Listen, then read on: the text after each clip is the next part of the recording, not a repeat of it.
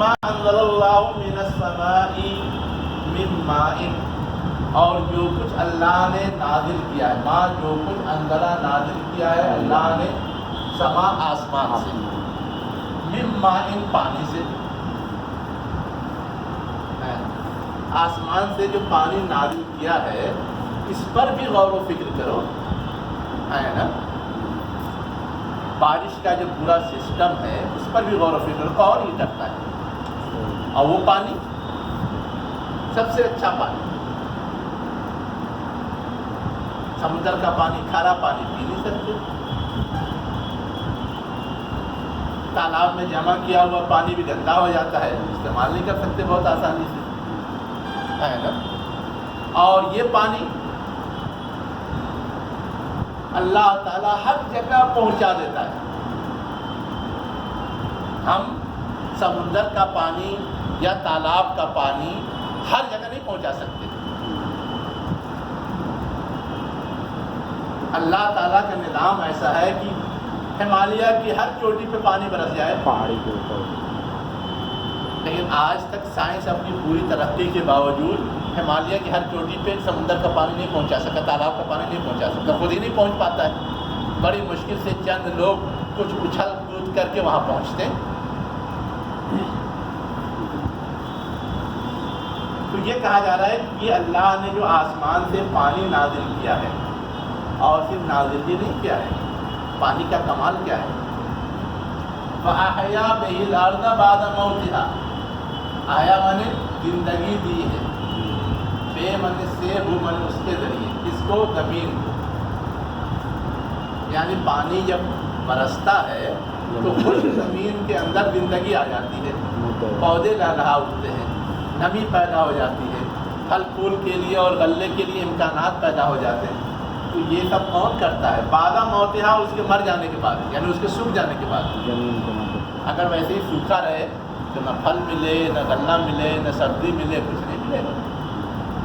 تو یہ جو پورا نظام ہے یہ کون چلاتا ہے؟ کیا کوئی اور ہے جو چلا سکتا ہے؟ اس کے بعد کیا کہا جا رہا ہے؟ وَبَثَّ فِيهَا مِن كُلِّ دَابَّةٍ،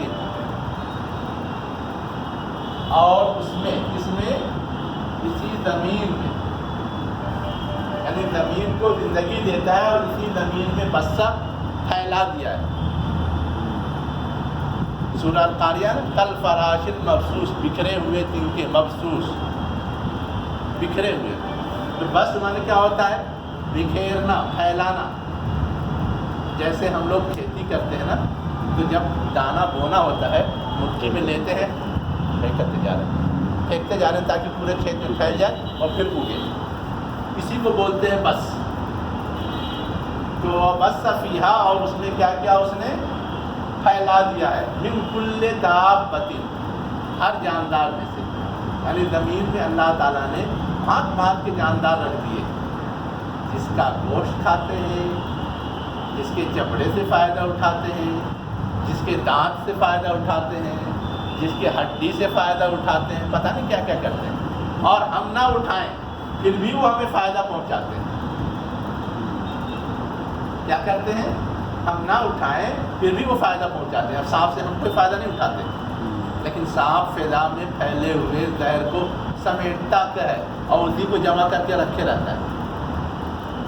اگر سانپ نہ رہے کسی سوسائٹی، کسی سماج میں، اور فضا کے اندر پھیلے ہوئے زہر کو سمیٹے نہیں، تو فضا کیا ہو جائے گی؟ خراب ہو جائے گی۔ ماحولیاتی آلودگی کا جو ہم لوگ بہت رونا رو رہے ہیں، اسی لیے ان سب کو ختم کر دیا۔ اب وہ نتیجہ تو بھگتنا ہے، بھگتیے۔ اللہ تعالیٰ نے جو نظام بنا رکھا تھا، اور یہ کام صرف یہی نہیں کرتا، سانپ، جتنے بھی زہریلے جانور ہیں، چاہے وہ بچھو ہو، چاہے وہ چوہا ہو، سب زہر سمیٹتے۔ میں ایک اشارہ دے رہا ہوں، ایسے ہی اور غور کرنے کے بہت سارے فائدے ہیں جن کا ہم کو بظاہر کوئی فائدہ نہیں سمجھ میں آتا۔ سانپ کا کوئی فائدہ نہیں سمجھ میں آتا، بچھو کا کوئی فائدہ سمجھ میں نہیں، لیکن یہ فائدہ ہے۔ اس کے بعد کیا کہا جا رہا ہے؟ وَتَصْرِيفِ الرِّيَاحِ، تصریف مانے کیا ہوتا ہے؟ پھیرنا، گردش دینا، اور ریح مانے کیا ہوتا ہے؟ ہوا، اس کی جمع ہے ریاح۔ تصریفی رعایت مطلب ہواؤں کو گردش دینا. ہواؤں کو گردش دینے کا مطلب کیا ہے؟ کبھی ہوا تیز چلاتا ہے، کبھی دھیرے، کبھی ٹھنڈی چلاتا ہے، کبھی گرم، ہے نا. اس سے کوئی فرق پڑتا ہے؟ اگر ہوا نہ چلے، بالکل رک جائے تو کیا ہوتا ہے؟ جہاں آپ ہیں وہاں کی ہوا گندی، اور جہاں آپ نہیں ہیں، کھلی جگہ ہے، وہاں کی ہوا اچھی. اب اللہ نے جو ہوا کو چلانے کا سسٹم رکھا ہے، اس سے ہوتا کیا ہے؟ ہماری گندی ہوا دوسری جگہ چلی جاتی ہے کھلی جگہ میں، اور کھلی جگہ میں جو اچھی ہوا ہے وہ ہمارے پاس آ جاتی ہے. اگر ہوا چلنے کا سسٹم نہیں ہو تو کیا ہوگا؟ جیسے کبھی کبھی سزا دینی ہوتی ہے، بند کمرے میں بند کر دیا، لوگ کیا ہوتے ہیں؟ گیس سے یا آکسیجن کی کمی سے وہی گھٹ گھٹ کے مر جاتے ہیں. اس لیے کہ وہاں جو ان کی گندی ہوا نکل رہی ہے وہ تو موجود ہے، لیکن وہ کہیں جا نہیں پا رہی ہے، اور باہر سے جو اچھی ہوا آنی چاہیے وہ آ نہیں پا رہی، اس لیے گھٹ گھٹ کے مر جاتے ہیں. تو اللہ نے یہ جو ہوا کے چلانے کا سسٹم رکھا ہے وہ بھی اپنے اندر پورا ایک فائدہ رکھتا ہے. ہم غور کریں کون کرتا ہے؟ بھیجے پہ زور دیں. والسحاب المسخر بین السماء والارض. سحاب کس کو کہتے ہیں؟ بادل. مسخر کے معنی کیا ہوتا ہے؟ قابو میں کیا ہوا، کنٹرول میں کیا ہوا. بین السماء والارض، آسمان اور زمین کے درمیان. یعنی اللہ تعالیٰ نے بادل کو کیا کیا ہے؟ آسمان زمین کے درمیان مسخر کیا ہے.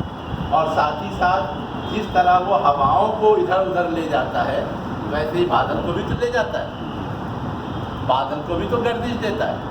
تبھی تو سمندر کے اوپر بھاپ اٹھتی ہے اور بادل تیار ہوتے ہیں، اور بھاگے بھاگے بھاگے بھاگے ہمارے یہاں چلے آتے ہیں، پہاڑ پہ چلے جاتے ہیں، جنگل میں چلے جاتے ہیں، ہر جگہ بارش برساتے ہیں.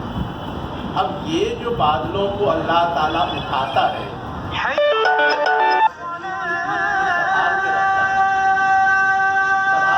رکھنے کا مطلب یہ ہے کہ نیچے جو گرمی ہوئی تو بھاپ بن کے اٹھتی ہے، اوپر جا کر کے ٹھنڈا ہوا، اب وہ کیا ہوتا ہے؟ پانی بن جاتا ہے. اب پانی بن جاتا ہے تو نیچے فوراً آ جانا چاہیے، لیکن اس کے باوجود اللہ تعالیٰ نے ایسا نظام رکھا ہے کہ فوراً وہ نیچے نہیں آتا. ہوا کے ذریعے اس کو اللہ تعالیٰ کو جہاں پہنچانا ہوتا ہے وہاں پہنچتا ہے، پھر وہ نیچے آتا ہے.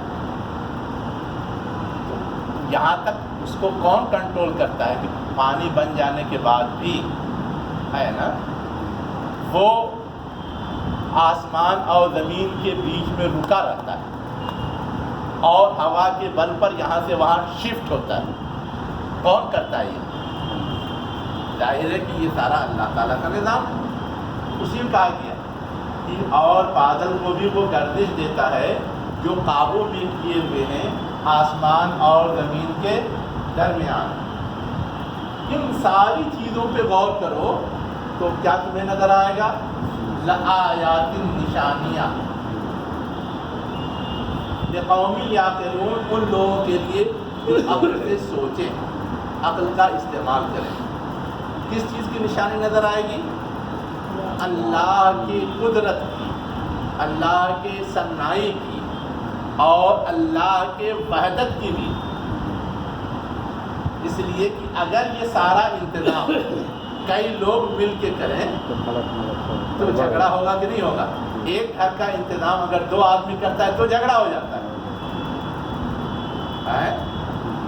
لیکن ایسا باریک، ایسا وسیع و عریض ہے نا، اور ایسا اسباب سے آری، بظاہر اس کے پیچھے کوئی سبب ہمیں نظر نہیں آتا ہے نا. جو انتظام کر رہا ہے وہ کئی نہیں ہو سکتا، وہ ایک ہی ہو سکتا ہے. وہ سب سے زیادہ پاورفل ہو سکتا ہے تبھی کر پائے گا، تھوڑی بہت پاور سے نہیں کر سکتا. اب آپ جب اس کو سمجھ جائیں گے تو آپ کو یہ سمجھ میں آ جائے گا کہ گویا توحید ہی صحیح ہے۔ شرک میں کیا ہوتا ہے؟ ہم کہتے ہیں یہ بارش کا خدا ہے، یہ دولت کا خدا ہے، اور یہ مارنے کا خدا ہے، اور یہ روزی دینے کا خدا ہے۔ سب کو الگ الگ بانٹ رکھا ہے نا ہندوؤں نے۔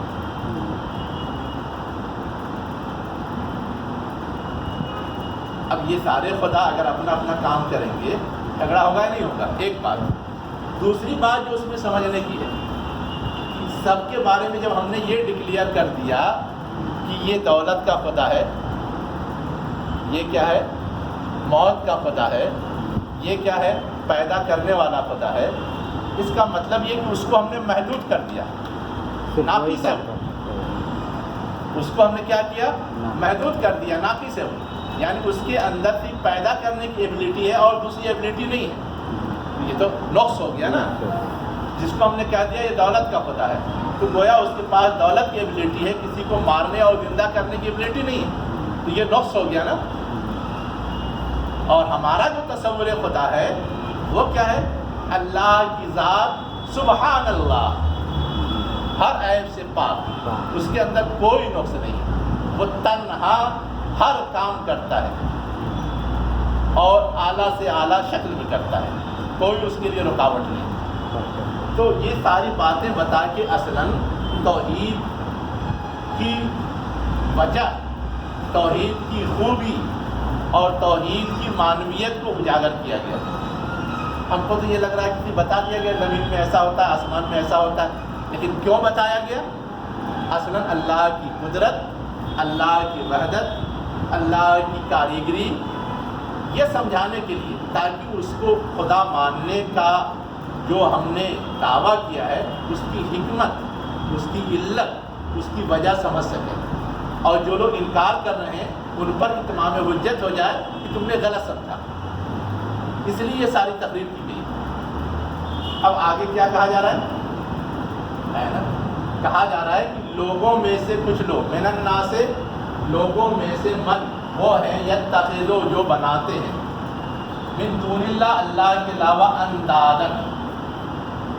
ند مانے کیا ہوتا ہے؟ مماثل، ملتا جلتا۔ انداز مانے ملتے جلتے، یعنی جس طرح اللہ ہے ویسے ہی دوسرا اللہ بنا لیا، تیسرا اللہ بنا لیا۔ جیسے عیسائی کہتے ہیں تین خدا، جیسے پارسی کہتے ہیں دو خدا، اور ہمارے کفار، ہمارے مشرکین تو پتہ نہیں کتنے خدا مانتے ہیں، کوئی گنتی ہی نہیں ہے۔ تو اب اتنے سارے خدا ماننے کا مطلب یہ ہے کہ کوئی کمپلیٹ نہیں، جس کا اشارہ میں نے کر دیا، اسی کو اب سمجھایا جا رہا ہے کہ لوگوں میں سے کچھ لوگ وہ ہیں جو اللہ کے علاوہ بہت سارے مماثل مانتے ہیں یا شریک مانتے ہیں، برابر کا مانتے ہیں، حالانکہ ایسا ممکن نہیں ہے نا کہ دو چیزیں بالکل برابر کی، کوئی نہ کوئی 19-20 کا فرق ہوگا، اور 19-20 کا فرق اگر ہے تو بھی نقص ہے، برابر کا ہے تو بھی نقص ہے۔ اس لیے کہ اب ان دو برابر کے لوگوں میں ہم کسی کو ترجیح نہیں دے سکتے۔ آگے کیا کہا جا رہا ہے کہ ایسے وہ مماثل بنا لیتے ہیں، شریک بنا لیتے ہیں، ملتا جلتا بنا لیتے ہیں، یحبونہم، اور انہی سے وہ محبت کرنے لگتے ہیں۔ جیسے ہے نا ان کے ہاں جتنے خدا ہیں سب کو معبود بنا لیا اور سب سے کی پوجا کرتے ہیں، کحب اللہ، اللہ کی طرح۔ یعنی اصلاً اللہ کی یہ خوبی ہے، اس سے محبت کرنی چاہیے، لیکن اس سے محبت نہ کر کے جو دوسرے مظاہر نظر آتے ہیں اس سے محبت کرنے لگتے ہیں، ہے نا؟ یہی ان کا قصور ہے، یہی ان کی غلطی ہے، یہی ان کا قصور ہے، یہی ان کی غلطی ہے۔ محبت کیوں کرنے لگتے ہیں؟ اصلاً اس سے جو فائدہ پہنچتا ہے یا اس کے اندر جو خوبی نظر آتی ہے۔ ہم گلاب کے پھول کو کیوں پسند کرتے ہیں؟ خوشبو ملتا ہے۔ ہم خوبصورت چیز کو کیوں پسند کرتے ہیں؟ اچھا لگتا ہے۔ ہم میٹھی چیز کو کیوں پسند کرتے ہیں؟ مزہ آتا ہے۔ ہے نا. تو ویسے ہی دنیا کے اندر جتنی چیزیں ہیں وہ کوئی نہ کوئی خوبی رکھتی ہے. تو اس خوبی کی وجہ سے لوگ اس کی طرف لپکتے ہیں، لیکن ان کی خوبی اپنی ذاتی ہے نہیں، اس لیے ان کو وہ اہمیت دینا یہ غلطی ہے. ان کی خوبی اصلاً ایک بڑے ذات کی عطا کی ہوئی ہے، ورنہ ان کی خوبی تو آج ہے پھول کل مرجھا جاتا ہے، آج ہے میٹھا کل خراب ہو جاتا ہے، چاہے وہ گڑ ہو چاہے شکر ہو. آج ہے کسی کے پاس حسن، کچھ دنوں بعد حسن بھی ختم ہونے لگتا ہے. جوانی میں تو بڑا حسن ہے، بڑھاپے میں باقی رہتا ہے حسن. تو گویا ان کے پاس جو کچھ ہے وہ سب ناقص ہے، مٹنے والا ہے، اور یہ سب ایک ذات کا دیا ہوا ہے. تو اصل کمال تو اس کا ہے، اس لیے اصلاً محبت اس سے ہونی چاہیے، اصلاً تعریف اس کی ہونی چاہیے، اصلاً تعلق اس سے جوڑنا چاہیے. یہ کہا گیا کہ وہ محبت کرنے لگتے ان چیزوں سے اللہ سے محبت کی طرح، حالانکہ اصلاً اللہ سے محبت ہونی چاہیے. اب آگے کیا کہہ دیا؟ والذین آمنوا، جو حقیقت کو سمجھتے ہیں یا اللہ پہ ایمان لاتے ہیں، اشد حبا للہ، وہ زیادہ شدید ہوتے ہیں اللہ سے محبت کے معاملے میں. یعنی ایسا نہیں ہوتا کہ اللہ کو بھی چاہ رہے ہیں اور اللہ کی بیٹیاں فلائقہ ہیں ان کو بھی چاہ رہے ہیں. ان کا معاملہ کیا؟ تو صرف اللہ کو چاہتے ہیں. اشد حبا للہ. اب یہ بتا دینے کے بعد کہ مومنین ہی حقیقتاً اللہ سے محبت کرتے ہیں، آگے ایک بات اور سمجھائی گئی. وَلَوْ يَرَى الَّذِينَ ظَلَمُوا، اور اگر دیکھ لیں وہ لوگ جنہوں نے ظلم کیا ہے نا، اِذْ يَرَوْنَ الْعَذَابَ، جبکہ وہ عذاب دیکھ لیں گے. مطلب ظلم کیا ہے تو مطلب کیا ہے؟ جنہوں نے اللہ کو چھوڑ کر کے دوسروں کو معبود بنا لیا ہے، اندازہ شاید نا، وہی ظلم ہے ان کا. اللہ نے یہ سب کیا، اللہ کو نہیں مانا، اس کو چھوڑ کر کے دوسروں کو مان لیا. تو جنہوں نے ظلم کیا ہے وہ جب اپنے اس برے کرتوت کا عذاب دیکھ لیں گے، اور اس وقت ان کو یہ بھی اندازہ ہوگا کہ اس عذاب سے مجھے کوئی نہیں بچا سکتا، جس کو ہم نے معبود بنا لیا ہے، چاہے وہ سورج دیوتا ہو، چاہے چاند دیوتا ہو، چاہے سانپ دیوتا ہو، چاہے کوئی دیوتا ہو، رام ہو، کرشن، کوئی نہیں بچا سکتا. اس وقت وہ افسوس کریں گے، ہائے ہم نے اللہ کو پہچانا ہوتا. تو اسی کہا جا رہا ہے. اور اگر وہ دیکھ لیں جنہوں نے ظلم کیا ہے، جبکہ وہ عذاب دیکھ لیں گے، کیا دیکھ لیں؟ ان القوت للہ جمیعا، جو چیز دیکھ لیں وہ یہاں ہے. وہ لوگ جنہوں نے ظلم کیا ہے دیکھ لیں کہ ساری قوت، ساری طاقت کس کے لیے ہے؟ اللہ کے لیے ہے. اور اللہ عذاب میں سخت ہے، یعنی جس نے اللہ کو نہیں مانا اس کو اللہ تعالیٰ سخت عذاب دے گا. اگر یہ چیز دیکھ لیں تو ایسی غلطی نہ کریں، ایسی غلطی نہ کریں. لیکن یہ دیکھنا دنیا میں نصیب نہیں ہوتا، لیکن دنیا میں تو دارالامتحان ہے. اِذْ يَرَوْنَ الْعَذَابَ، جب وہ قیامت میں حاضر ہوں گے اور عذاب دیکھ لیں گے تب ان کو یہ احساس ہوگا، لیکن اس وقت کچھ کرنے کا چانس نہیں ہوگا. تو احتیاطی طور پہ اللہ تعالیٰ سوچ بچار کر کے آج ہی اپنے رویے میں تبدیلی کے لیے اس کا اشارہ دے رہا ہے. اس کا کیا کر رہا ہے؟ اشارہ دے رہا ہے. اور اس سلسلے میں ایک بات اور بتا دے رہا ہے. کیا بتا دے رہا ہے؟ قیامت جب آئے گی تو جن کو انہوں نے شریک ٹھہرایا، اندازہ پیچھے ہے نا، جن کو انہوں نے پوجا، چاہے وہ سورج چاند ہو، چاہے دنیا کے بڑے بڑے لیڈران، ان کے سامنے بھی تو سر ٹیکتے ہیں، ان کو بھی تو سمجھتے ہیں کہ یہی بڑے ہیں. وہی کہا جا رہا ہے یہ سارے کے سارے قیامت کے دن کیا کہیں گے؟ کہیں گے ہم نے ان کو نہیں کہا تھا کہ میری پوجا کریں. وہ گویا برات کا اظہار کریں گے. سورج بھی کہے گا ہم نے نہیں کہا تھا، چاند بھی کہے گا ہم نے نہیں کہا تھا، سانپ بھی کہے گا ہم نے نہیں کہا تھا، اور فرعون بھی کہے گا ہم نے نہیں کہا تھا، نمرود بھی کہے گا ہم نے نہیں کہا تھا. اس وقت سمجھ میں آئے گا کہ ہم نے دھوکہ کھایا. اب وہ کوئی سپورٹ کرنے کے لیے، کوئی مدد کرنے کے لیے تیار نہیں ہوں گے. اس وقت جب سمجھ میں آئے گا تب وہ اللہ تعالیٰ سے درخواست کریں گے اے اللہ کاش تو ہمیں ایک بار اور زمین پہ بھیج دے، ایک بار اور کیا کر زمین پہ بھیج دے، اور اب کی بار جاؤں گا ان سارے دھوکے بازوں کو پہچان گیا ہوں، اب ان کی نہیں مانوں گا۔ جیسے آج یہ کہہ رہے ہیں کہ ہمارا ان سے کوئی تعلق نہیں، ویسے ہی دوبارہ جب دنیا میں جاؤں گا تو ان کو سکھا دوں گا کہ ہاں تم ہی لوگ تھے نا، تمہارا ہم سے کوئی تعلق نہیں، ہمارا تعلق اللہ سے۔ لیکن یہ چیز ممکن نہیں ہے۔ آج مہلت عمل ہے، امتحان ہے، آج اگر یہ کر لو تو ٹھیک ہے، لیکن موت کے بعد حساب کتاب کے لیے جب جاؤ گے تب یہ ممکن نہیں ہوگا۔ ہم اشارہ دے رہے ہیں، اگر بھیجے میں سمجھ میں آتا ہے تو سمجھ جاؤ۔ اسی کہا گیا استبرأ الذین اتبعوا، جب برات کا اظہار کریں گے یعنی اپنے آپ کو الگ کر لیں گے۔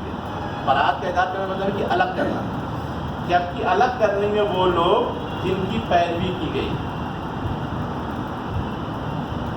جن کی پیروی کی گئی مطلب جن کو پوجا گیا، چاہے وہ وقت کے حکمراں ہوں، چاہے چاند سورج اور چاند۔ من الذین اتبعوا، ان لوگوں سے الگ کر لیں گے جنہوں نے ان کی پیروی کی، جنہوں نے ان کی اتباع کی، جنہوں نے ان کے فرما برداری کی، جنہوں نے ان کو پوجا۔ وَرَأَوُا الْعَذَابَ، اور کیا کریں گے وہ عذاب دیکھ لیں گے، جب دیکھ لیں گے کہ وہ ہم سے کنی کاٹ رہے ہیں، الگ ہو رہے ہیں اور ہم کو اب عذاب ملنے والا ہے نا۔ وَتَقَطَّعَتْ بِهِمُ الْأَسْبَابُ، وَتَقَطَّعَتْ بِهِمُ الْأَسْبَابُ، اور کیا ہے تقطع مانے کٹ جانا، الگ ہو جانا، بہم مانے ان سے، یعنی یہ لوگ جنہوں نے کہ معبودوں کی، جھوٹے معبودوں کی اتباع کی تھی، ان لوگوں سے کٹ جائیں گے کیا اسباب۔ سبب مانے کیا ہوتا رابطہ ہے نا، ذریعہ، اسباب مانے رابطے، ذریعے، یعنی ان سے جو انہوں نے اپنے معبود ہونے کا رابطہ بنایا تھا، یا ان سے پوچھ کر کے اپنے آپ کو جو اس کا بندہ ٹھہرایا تھا، یا ان سے پوجا پاٹ کر کے جو تعلق قائم کیا تھا، جو رابطہ ان کا یا جوڑ بنا تھا، وہ سب کیا ہوگا اس وقت ختم ہو جائے گا۔ یعنی جب وہ اپنے آپ کو الگ کر لیں گے تو سارا تعلق ختم نا، جیسے یہاں ہماری آپ کی رشتہ داری ہے لیکن کوئی بائیکاٹ کر دے تو سب ختم۔ تو ویسے ہی کہا جا رہا ہے کہ قیامت کے دن جب یہ برات کا اظہار کریں گے تو جتنے رابطے کسی سے بھی ہیں سب کٹ جائیں گے، سب ختم ہو جائیں گے، ہے نا۔ تو اس وقت کیا کریں گے وہ لوگ جنہوں نے پیروی کی ہوگی، اللہ سے درخواست کریں گے۔ کیا درخواست کریں گے؟ لو ان لنا کرۃ، کہ اگر ہمارے لیے کیا ہو ایک بار، کیا ہو ایک بار۔ ایک بار کا مطلب ایک بار زمین میں دوبارہ جانا، ایک بار دوبارہ زمین میں لوٹنا۔ کرنا مانے دوبارہ حملہ کرنا ہوتا ہے، یہاں مراد کیا ہے دوبارہ زمین میں بھیجا جانا یا دوبارہ زمین میں کام کرنے کا چانس دینا۔ فَنَتَبَرَّأُ مِنْهُمْ كَمَا تَبَرَّأُوا مِنَّا، تو یہ جو آج کنی کاٹ رہے ہیں ہم دنیا میں جا کر کے ان سے کنی کاٹیں گے اور تیری پوجا کریں گے۔ کما تبرؤ منا، یعنی ہم ان سے کٹنی کاٹیں گے جس طرح انہوں نے ہم سے برات کا اظہار کیا ہے۔